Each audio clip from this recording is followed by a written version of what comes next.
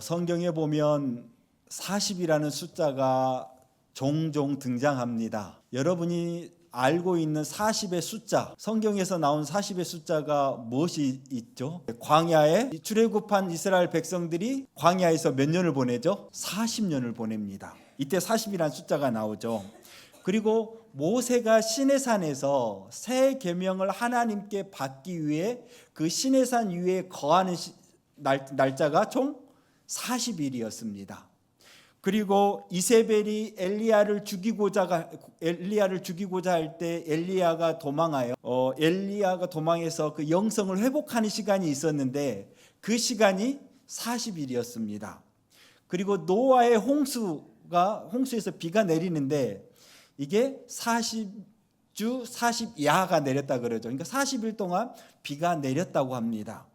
그리고 오늘 말씀에서도 예수님께서 광야에 머무는 시간이 40일이었습니다. 여러분, 이 40일이라는 숫자를 가만히 보고 있으면 그냥 막연히 주어지는 게 아니라 이 40의 숫자가 보면 그 상황을 보고 있으면 하나님께서 하나님의 뜻을 이루시고자 하는 시간들, 그러니까 하나님이 주관하시는 그 시간들, 곧 하나님의 섭리가 임하는 그 시간을 의미하는 숫자가 바로 이 40입니다. 그러니까 성경에서 40이라는 숫자가 나온다면 모든 것은 다 그렇지 않지만 그러나 하나님의 뜻이 이렇게 진행되어지는 과정 속에서 40이 나오면 그것은 하나님께서 그 시간 속에 역사하고 계시고 하나님의 뜻을 이루기 위한 시간이었음을 우리는 인식하고 그렇게 성경을 읽으면 될 것 같습니다. 오늘은 다른 때보다 사순절이 좀 빨리 다가왔는데 사순절 첫째 주일입니다. 사순절의 시작은 어디에서부터 시작하는가? 사순절의 시작은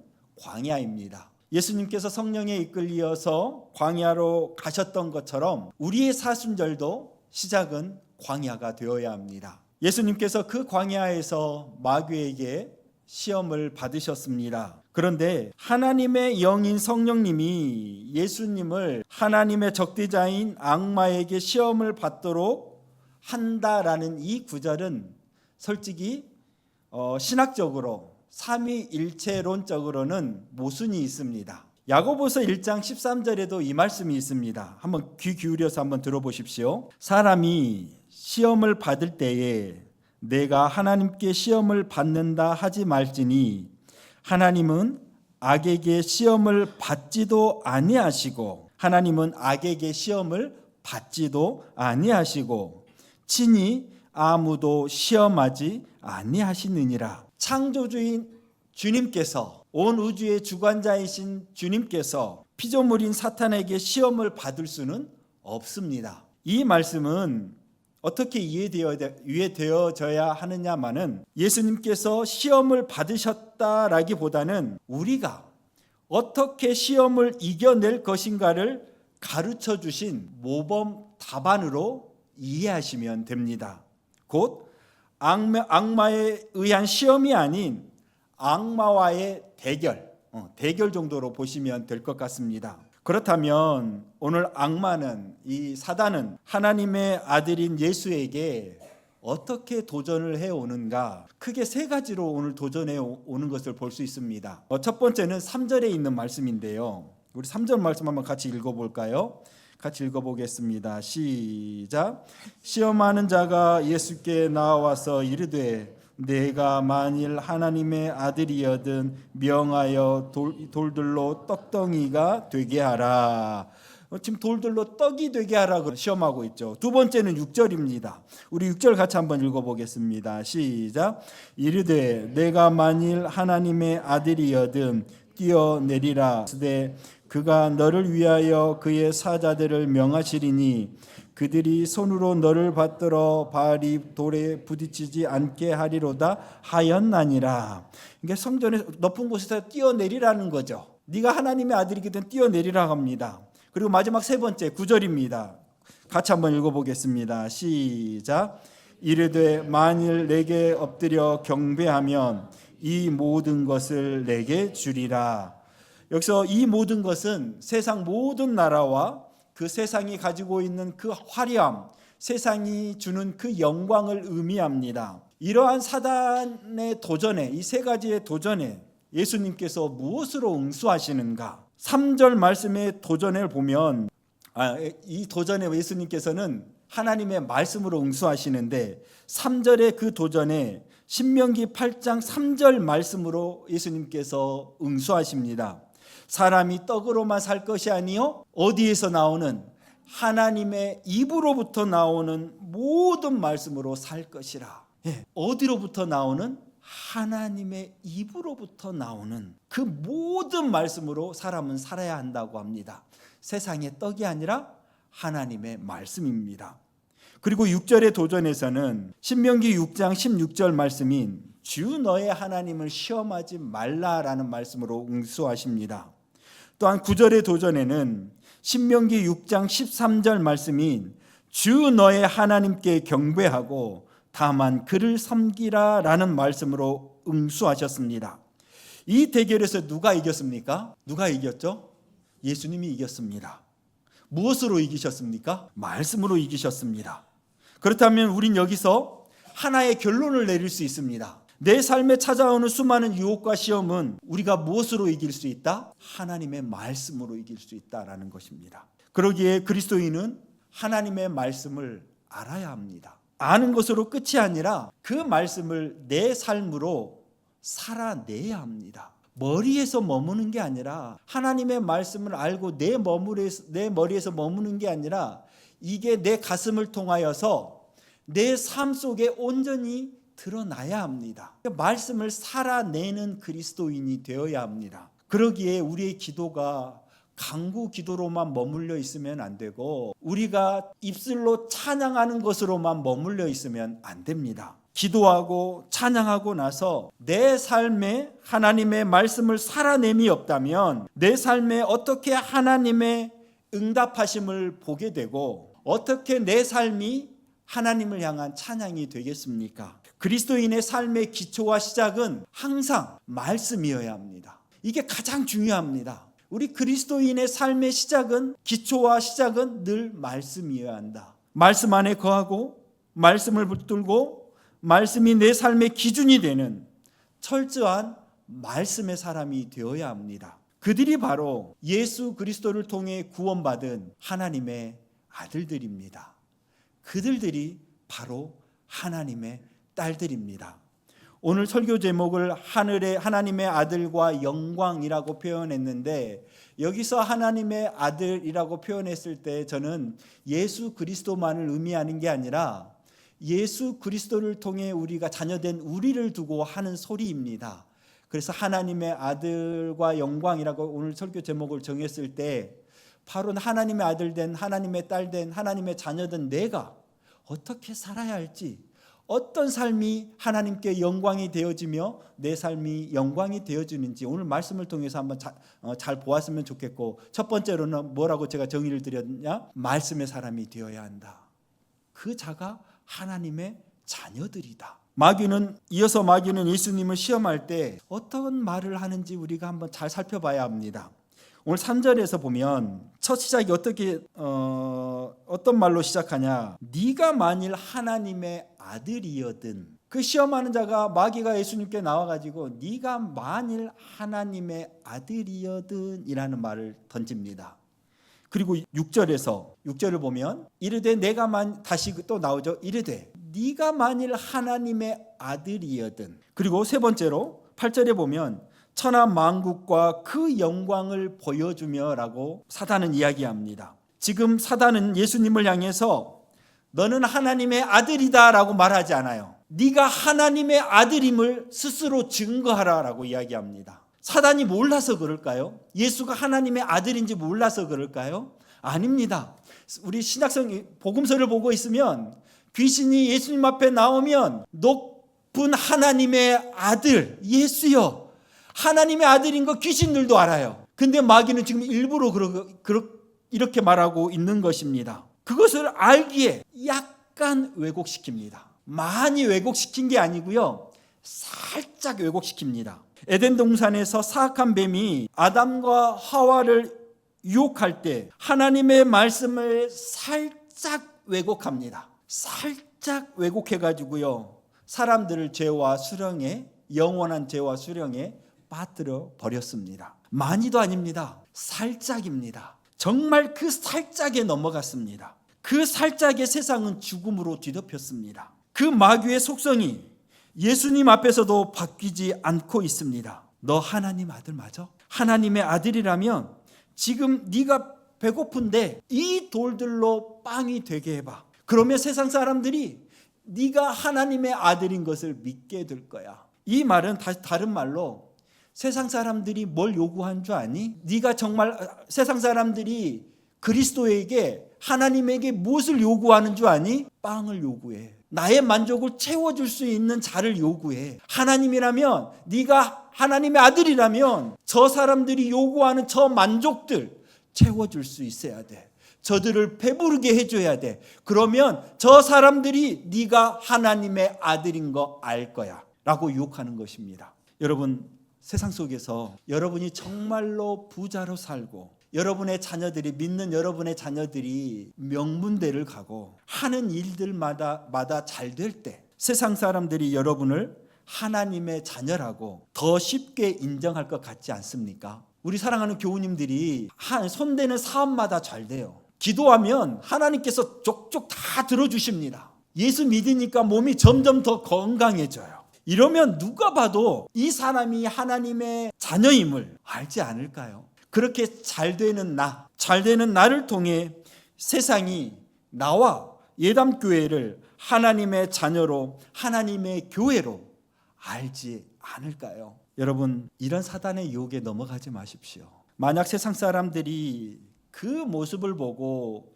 교회에 다니고 믿음을 가진다면 그것은 주님을 향한 믿음이 아닌 주님을 통해 받게 되는 그 물질과 형통이라는 복을 믿는 믿음, 예수를 믿는 믿음이 아니라 그 복을 믿는 믿음을 갖고 다니게 된다는 의미이기도 합니다. 그렇게라도 예수님을 믿으면 되는 것 아닌가? 아니, 어떻게 그게 예수님을 믿는 것입니까? 그것은 복을 믿는 거죠. 복을 신뢰하는 거죠. 나의 만족을 신뢰하는 것이죠. 주님은 주님의 교회를 통해서 그렇게 역사하시지 않습니다. 마귀가 예수에게 돌을 빵으로 만들어 먹으라는 소리가 바로 이 뜻입니다. 예수님은 마귀에게 하나님의 말씀을 왜곡시키지 말고 왜곡되지 않는 순수한 하나님의 입에서 나온 말씀으로 살아야 한다고, 그러한 자가 진정 하나님의 아들이라고 증거하시는 것입니다. 잘 되는 나. 여러분, 이 책 혹시 제목 들어보셨습니까? 조엘 오스틴인가?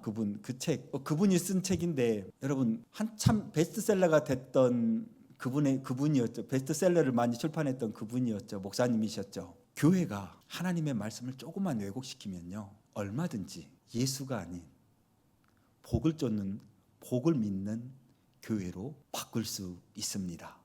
한국 교회가 그랬습니다. 다 그런 건 아니고요. 한국 교회가 초창기에 막 성장할 때 우리 오순절 교회 쪽으로, 순복음 교회 쪽으로 삼박자 구원을 이야기하면서 네 영혼이 잘 되는 것처럼 네 범사가 다 잘 될 것이다 라는 그 말씀을 가지고 그 복을, 교회를 다니면 복을 받는다고 많이 이야기를 했습니다. 그래서 하는 일들마다 다 잘 된다고 이야기를 했고, 그 말씀을 가지고 우리 교우님들도 세상 속에 나아가서 많은 사람들에게 전도를 했습니다. 그런 결과 한국 교회가 어떻게 바뀌어 버렸냐? 만몬주의 교회가 되어 버렸습니다. 물질을 쫓는 교회가 되어 버렸습니다. 교회에서 복음을 이야기하는 게 아니라 교회에서 부자의 삶을 이야기하고, 교회에서 권력을 이야기하고, 교회에서 정치를 이야기하고, 교회에서 세상을 이야기하기 시작했습니다. 교회는 그렇게 타락해 갔고, 그 결과 지금 한국 교회가 무너지고 있는 모습을 우리는 보고 있습니다.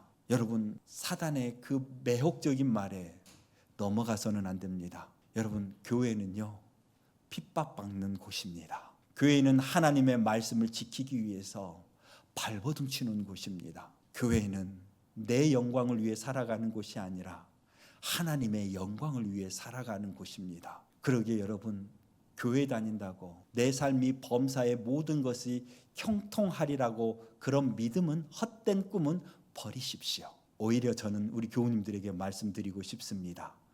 예수 그리스도의 십자가의 고난에 동참하십시오. 저는 그게 복이라고 생각합니다. 그곳에 영광이 있다고 생각합니다.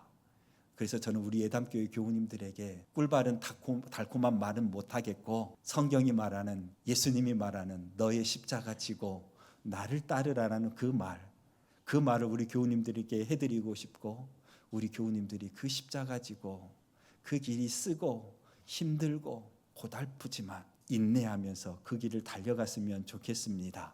그럼 우리 예담교회 교우님들 되었으면 좋겠습니다. 그렇게 살다가 마지막 날 우리가 하나님 앞에 섰을 때에 그곳에서 우리 예담교회 교우님들 다 웃으면서 정말 잘 살았나라고 서로 응원하면서 그곳에서 기쁘게 얼굴을 보았으면 좋겠습니다. 그건 목회자로서의 저의 소망이고요. 그리고 예수님이 오늘 첫 번째 사단이 그 유혹에 예수님께서 말씀으로 응수하시지 않습니까? 그러니까 두 번째 사단이 그래? 그러면 나도 말씀으로 너에게 이야기할게. 하나님의 말씀으로 이야기할게 하면서 마귀가 말한 6절의 말씀은 시편 91편 11절 12절의 말씀인데, 그러자 예수님은 말씀을 이용하여 예수님께서는 그 사탄에게 말씀을 이용하여 하나님을 시험하지 말라라고 이야기합니다. 감히 피조물이 어떻게 창조자 하나님을 시험하려 든단 말입니까? 그런데 아십니까 여러분? 우리도 종종 하나님을 시험하려고 합니다. 어떻게 시험하려고 하냐? 자꾸 조건을 걸어요. 하나님 앞에 기도하면서 자꾸 조건을 겁니다. 여러분, 조건을 왜 거냐? 여러분, 누군가에 약속할 때 여러분 혹시 조건 걸지 않습니까? 우리끼리는 조건 걸 수 있어요. 왜 조건 거는 줄 아세요? 그 사람을 신뢰하면 조건 겁니까? 안 겁니까? 내가 이 사람은 100% 믿을 만해. 나는 죽는 한이 있어도 이 사람은 믿어. 여러분, 그 사람한테 뭐 조건 걸고 돈 빌려주십니까? 아니죠. 내가 100% 신뢰하면 절대 조건 걸지 않습니다. 여러분이 저한테 10만 원 빌려줘요. 10만 원 빌려주는데 저한테 조건 걸 거예요? 안 걸 거예요? 웃음의 의미가 무엇이죠? 여러분, 조건 거니까 안 걸 겁니까? 말씀을 못 하시는 거 보니까 여러분, 아마 우리 교우님들이 저 10만 원 빌려줘가지고 목사님 이거 언제까지 갚아야 되고 안 갚으면 매일 이자가 몇 프로 붙습니다. 이런 조건 걸 사람 아무도 없을 거예요. 왜 조건 거냐? 신뢰하지 못하기 때문에 조건을 거는 겁니다. 사람들끼리는 그래요. 우리는 사람들끼리는 얼마든지 그럴 수 있어요. 왜? 완벽한 사람은 아무도 없거든. 정말 온전한 능력을 가지고 있는 사람은 아무도 없거든요. 그래서 사람들끼리는 조건을 거는 겁니다. 그러나 우리가 하나님을 완전히 신뢰한다면 우리가 기도할 때 하나님 앞에 조건을 걸 필요가 있어요? 없어요? 없는 겁니다. 우리가 하나님 앞에 조건을 건다는 것은 그 하나님을 우리가 온전히 신뢰하지 못하고 있다는 뜻입니다. 그렇게 하나님을 시험하는 거예요. 우린 하나님의 자녀로서 하나님을 섬기는 자이고 하나님의 말씀에 순종하는 자이지, 하나님의 말씀을 이용하여서 하나님을 시험하려 들어서는 안 됩니다. 하나님의 아들은 어떤 사람이 하나님의 아들이냐, 어떤 자가 하나님의 딸이냐? 하나님의 말씀에 순종하고 그 하나님을 온전히 신뢰하는 자가 하나님의 아들과 딸들입니다. 그리고 마지막 세 번째 도전은 세상 만국과 그 영광입니다. 하나님의 아들이라면 이 세상을 다스리고 세상이 추구하는 아름다움을 자기의 것으로 만들어야 하지 않냐라는 마귀의 도전입니다. 하나님의 아들이라면 막강한 힘과 권력으로 이 세상 사람들로 하여금 경배를 받아야 하지 않겠냐라는 마귀의 말입니다. 얼마나 그럴싸합니까? 그럴 때 세상 사람들이 정말 예수님이 하나님의 아들임을 알 수 있지 않을까요? 막강한 힘으로, 막강한 능력으로 온 세상을 다스린다면, 지배한다면 그가 정말 하나님의 아들인지, 아들임을 믿지 않을까요? 말 안 들으면 바로 죽여버려. 말 안 들으면 바로 막 벌을 줘. 말 잘 들으면 막 상을 줘. 이렇게 막 세상을 힘과 능력으로 다스리면 그가 정말 하나님의 아들이심을 세상 사람들은 믿지 않을까요? 여러분 믿으시겠습니까? 저는 못 믿겠습니다. 그 막강한 힘으로 내 말에 순종하지 아니하면 감옥에 쳐넣고 아프게 하고 자녀들 아프게 하고 내 아내 아프게 하고 내 사업 망하게 하고, 내 말 잘 들으면 30배 60배 복을 주는 그분이 하나님이라면, 내 아버지라면, 그분이 그리스도라고 한다면 저는 솔직히 못 믿겠습니다. 예를 들어 대통령이 하나님의 아들이라고 말하고 어떤 총서부가 자기가 하나님의 아들이라고 말한다면 누가 정말 하나님의 아들처럼 여러분 보이시겠습니까? 어찌 보면 대통령이 정말 하나님의 아들처럼 보일 수 있습니다. 지난번 뉴스에 보니까 국군의 날이 아니라 이번에 해군 사관학교, 공군 사관학교, 육군 사관학교가 함께 계룡대 예선과 졸업식을 했습니다. 그때 대통령이 가서 그것에 참여하여서 소령이 되는 이제 정식으로 군인이 되는 그들을 응원해 줬습니다. 그리고 퇴장하면서 그 장면 혹시 보셨나 모르겠어요. 막 퇴장하면서 지나가는데 그 졸업자들이 막 박수를 칩니다. 그런데 대통령이 막 가다가 갑자기 딱 돌아서 가지고 그 졸업한 생도들과 함께 악수를 하는 장면이 나와요. 근데 악수가 제 끝에서부터 시작한 게 아니라 가다가 끝에 한 2명인가 떼고부터 악수를 시작했습니다. 근데 그 사람들의 눈빛을 보셨습니까? 약간 서운한 눈빛. 또 이렇게 인사하다 가면 좋은데 가다 또 중간에 멈춰요. 물론 다 할 수 없으니까. 끝부분에 있는 사람의 약간 서운한 눈빛. 그래서 다시 돌아가다가 앞에 2명인가 빠뜨렸는데 그 앞에 2명과 인사를 합니다. 악수를 딱 해요. 대통령이 잊지 않았던 거죠. 그때 그 여자생도 2명이었는데 그 여자생도의 2명의 눈빛을 보셨습니까? 아마 뉴스에 나와서 여러분 보셨을 건데 얼굴에 꽃이 핍니다. 나에게도 이런 기회가 하면서 대통령과 악수 한번 했는데 그냥 세상을 다 얻은 것처럼 깜짝 놀라며 웃으면서 뒤에 있는 생도와 함께 막 기뻐하는 모습을 보게 되는데 여러분 세상 사람들은 그래요. 어떤 막강한 권력과 힘 앞에서는 그것이 하나님인 것처럼 생각합니다. 여러분 근데 그 말에 속지 마십시오. 예수님께서는 하나님의 아들로 오셨습니다. 그런데 하나님의 아들로 오신 이유는 자신의 생명을 하나님께 드리기 위해서 오셨고 자기의 생명을 들여서 하나님을 경배하기 위해서 오셨고 자기의 생명을 들어 하나님의 뜻을 이 세상에 이루기 위해 오셨습니다. 힘과 권력으로 세상의 주관자가 되시기 위해 이 땅에 오신 것이 아니라 십자가에서 하나님의 나라와 하나님의 뜻을, 하나님의 구원을 이루기 위해 대속의 제물이 되심으로 진정한 하나님의 아들이 되셨습니다. 이처럼 하나님의 아들은요, 하나님을 경배받는 자가 아니라 경배받는 자리에 있는 것이 아니라 하나님을 경배하는 자여야 하고 하나님을 위해 자신의 모든 것을 내어놓는 자가, 자신을 비우는 자가 진정한 하나님의 아들이라고 하나님은 예수의 모습을 통해 우리에게 이렇게 가르쳐주고 계십니다. 사랑하는 교회 여러분, 영광받는 자리에 서 있기를 너무 사모하지 마십시오. 예수의 길을 걸어가십시오. 예수님처럼 이 낮고 낮은 곳에 가셔서 그곳에서 주님을 경배하시고 그곳에서 내 삶에서 하나님의 뜻과 하나님의 나라가 이루어지기를 사모하며 살아가는 우리 예담교회 교우님들 되게 주님의 이름으로 축복드립니다. 우리 사순절 첫째 주 주일입니다.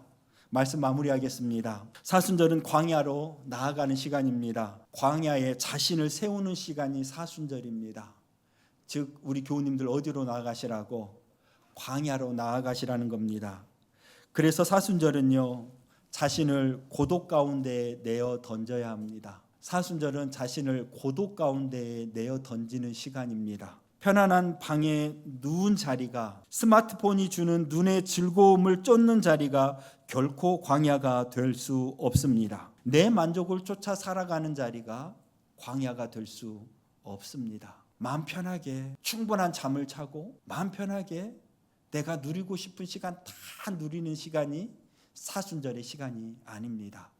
그것은 결코 광야가 될 수 없습니다. 광야는 고독한 시간입니다. 그러기에 우리는 사순절을 스스로를 고립시키고 자신을 고독과 침묵의 자리에 세워야 합니다. 사순절은 떠드는 시간이 아니라 사순절은 고독 속에서 침묵하는 시간입니다. 세상의 소리에 귀를 닫아야 합니다. 그리고 아무 소리도 들리지 않는 곳에서 하나님께 온 정신을 집중하는 시간입니다. 또한 그 광야에서, 내 삶의 광야에서 하나님과 나와의 영적인 관계를 다시 한번 되돌아보는 시간이 사순절입니다. 여러분, 광야에서는요, 그 무엇도 필요하지 않습니다. 광야는 모든 것을 버리는 자리입니다.